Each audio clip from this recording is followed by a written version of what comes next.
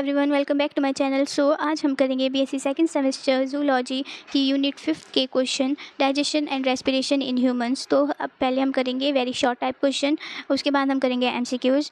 Where do Krebs cycle enzymes occur in mitochondria. तो हमें से पूछा गया है कि क्रिप साइकिल एंजाइम जो होती है वो माइटोकॉन्ड्रिया पे कहाँ पे अकर करती है। तो इसका करेक्ट आंसर है, इसका आंसर है इन मैट्रिक्स में अकर करती है। Okay, where are ETS coenzyme located in mitochondria. ETS enzyme जो होते हैं वो कहाँ पे लोकेट करते हैं। ईटीएस का मतलब क्या होता है, इलेक्ट्रॉन ट्रांसमीटर सिस्टम। जो इलेक्ट्रॉन ट्रांसमीटर सिस्टम कोएंजाइम होते हैं वो कहाँ पे लोकेट करते हैं माइटोकॉन्ड्रिया में, तो लोकेट करते हैं इनर मेम्ब्रेन में। ठीक है, थर्ड है हमारा, what are the alternative names of TCA cycle. TCA cycle का अल्टरनेट क्या होता है, क्रिप साइकिल, सिट्रिक साइकिल और एसिड साइकिल भी टीसीए साइकिल को बोलते हैं।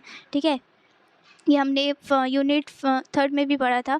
ठीक है, तो what does ETS stand for. ETS stand for मैंने अभी बताया, ईटीएस किस लिए स्टैंड करता है, electron transmitter system electron transmitter system ETS की फुल फॉर्म है। वेयर इट इज़ फाउंड, कहाँ पे वो पाया जाता है, इनर मेम्ब्रेन ऑफ माइटोकॉन्ड्रिया में। ठीक है, what do ATP and ADP stand for. ATP और एडीपी स्टैंड फॉर किस लिए करती है, क्या इनकी वो है, तो इसका एटीपी का मतलब होता है एडिनोसाइन ट्राइफॉस्फेट और एडीपी का मतलब होता है एडिनोसाइन डाइफॉस्फेट। ठीक है, ये जो है इंपॉर्टेंट है, वेरी शॉर्ट, क्योंकि ये एमसीक्यूज़ में कन्वर्ट होकर आ जाते हैं। इसमें वो एमसीक्यूज़ दे देंगे आप लोगों को और ये पूछ लेंगे, तो इसलिए मैं आपको वेरी शॉर्ट भी करा रही हूँ जिससे आपकी अच्छे से तैयारी हो पाए।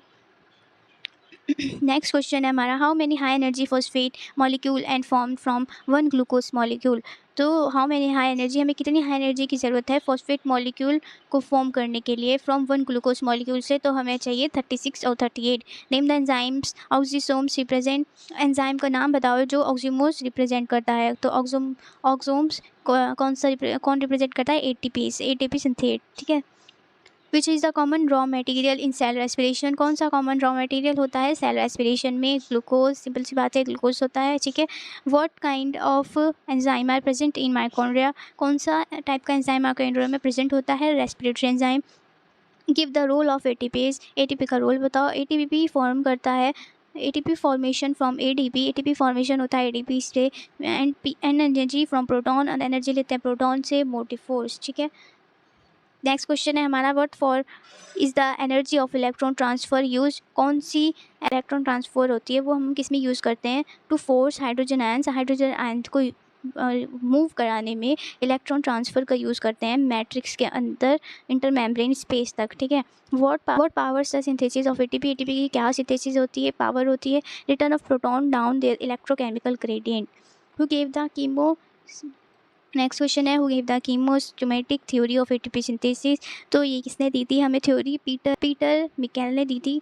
Name the non hydrogen carries in etc. तो जो नॉन हाइड्रोजन कैरी है ईटीसी में उसका नाम बताना है, एफईएस प्रोटीन एंड साइटोक्रोम्स। ठीक है, नेक्स्ट क्वेश्चन है हमारा, site example of hydrogen carries in etc. Example देने हैं हाइड्रोजन कैरीज में, जो कैरी करता है ईटीसी में, FMN, FAD and CoQ.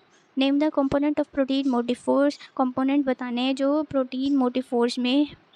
Name the component of protein motive force, protein concentration gradient and electric potential of inner mitochondrial membrane. ठीक है, next question है, where does substrate level phosphorylation take place. तो इसमें बताना है कि substrate level phosphorylation कहाँ पे टेक प्लेस होती है, साइटोसोल और माइटोकॉन्ड्रियल मैट्रिक्स में ये टेक प्लेस करती है।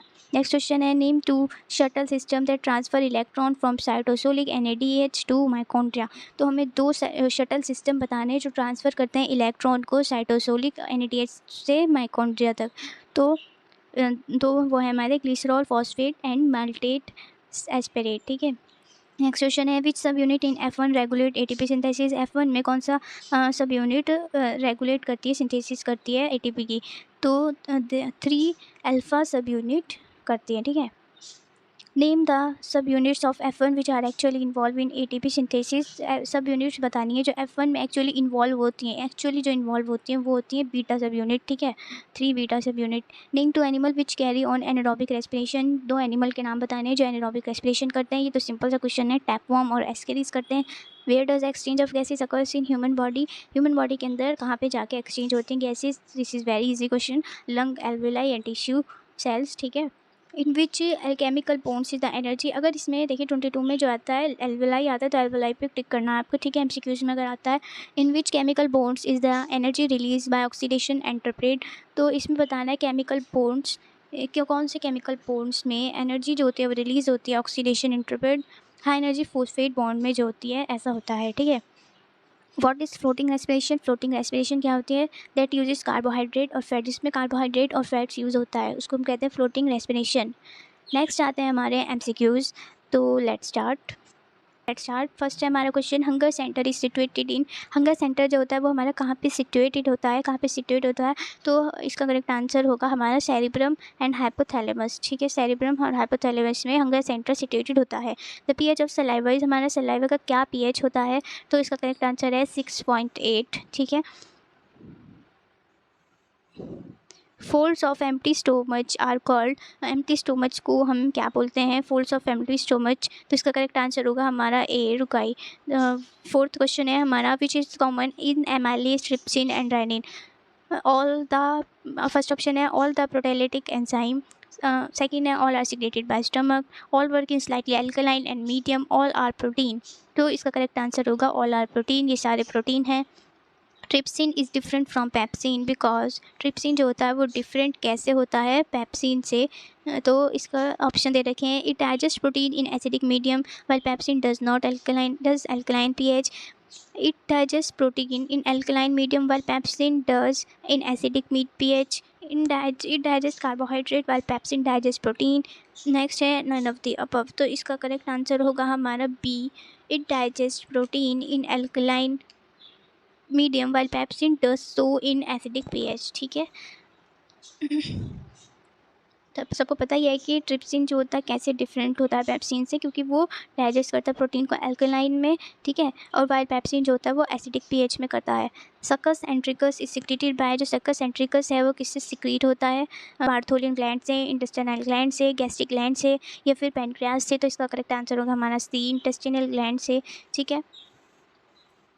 Lacteals are related with, lacteals जो होते हैं वो किससे रिलेट करते हैं? Secretion of lactic acid, absorption of lactose, secretion of milk, absorption of fat. तो इसमें करेक्ट आंसर होगा हमारे पास D, absorption of fat. The specific colour of faeces is due to, specific colour जो हो जाता है हमारे फेसिस का वो किस वजह से होता है? Urobilin, indole, stercobilin and skatole. तो इसका करेक्ट आंसर है हमारे पास बी, इसका करेक्ट आंसर है बी, स्टरकोबिलोन। नेक्स्ट क्वेश्चन है, characteristic foul odour of faeces is due to, जो करेक्टरिस्टिक फोर हो जाते हैं, फोर ऑर्डर ऑफ फेसिस की किस वजह से होती हैं? तो इसका करेक्ट आंसर होगा हमारे पास C, both A and B, indole और स्कैटोल दोनों की वजह से होता है, ठीक है। Next question, enterokinase is responsible for the conversion, answer होगा हमारा A, trypsinogen into trypsin. Which hormone stimulate contraction of gall bladder, कौन सा हार्मोन स्टिमुलेट करता है गॉल ब्लैडर का कंट्रैक्शन करना? तो इसका करेक्ट आंसर होगा हमारा डी, ठीक है। Next question, bilirubin and biliverdin are found in, ये तो बहुत सिंपल क्वेश्चन है, तो इसका करेक्ट आंसर होगा bile juice. The enzyme lacking in adult human being in, तो जो एंजाइम लैकिंग एडल्ट ह्यूमन में वो किससे being, enzyme lacking in adult human, enzyme का लैक होना एडल्ट ह्यूमन वो किस वजह से होता है? तो इसका करेक्ट आंसर होगा हमारा रेनिन, ठीक है। Next question, Hamburger effect is also known as, Hamburger effect इसको हम दूसरे नाम से किस नाम से जानते हैं? तो इसका करेक्ट आंसर होगा हमारे पास chloride shift. Oxygen haemoglobin curve will be normal at, this is very important question, तो इसे आप मुझे कमेंट में बताएं, और ये बहुत ईजी भी है साथ में। नेक्स्ट क्वेश्चन है हमारा, hiccup is cause due to, hiccup किस वजह से कॉज होती है? तो इसका करेक्ट आंसर होगा हमारे पास B, uncontrolled contraction of diaphragm, ठीक है, जब डायफ्राम का कॉन्ट्रैक्शन कंट्रोल नहीं हो पाता। Carbonic anhydrase is found in abundance in, जो कार्बोनिक एनहाइड्रेस होती है वो किस में पाई जाती है, किस में इसकी बहुत ज़्यादा पाई जाती है वो? तो इसका करेक्ट आंसर होगा हमारे पास B, RBC. Oxygen haemoglobin dissociation curve is, जो ऑक्सीजन हीमोग्लोबिन डिसोसिएशन कर्व होता है उसको हम क्या बोलते हैं? इसका करेक्ट आंसर होगा sigmoid. Which of the following volume of air is inhaled and exhaled during a normal breathing, तो इसका करेक्ट आंसर होगा A, half a litre. The reduction of CO2 in blood is refer to as, जो CO2 का घटना blood के अंदर उसको हम क्या बोलते हैं? इसका करेक्ट आंसर है ए, एपनोई। नेक्स्ट क्वेश्चन है, thalassaemia is cause due to repression of thalassaemia किस वजह से कॉज होता है, तो इसका करेक्ट आंसर होगा ए और बी दोनों, तो इसका करेक्ट आंसर होगा सी, बोथ ऑफ दीज। ठीक है। Glycolysis was discovered by, glycolysis जो है वो किसने डिस्कवर्ड करी थी, ग्लाइकोलाइसिस जो है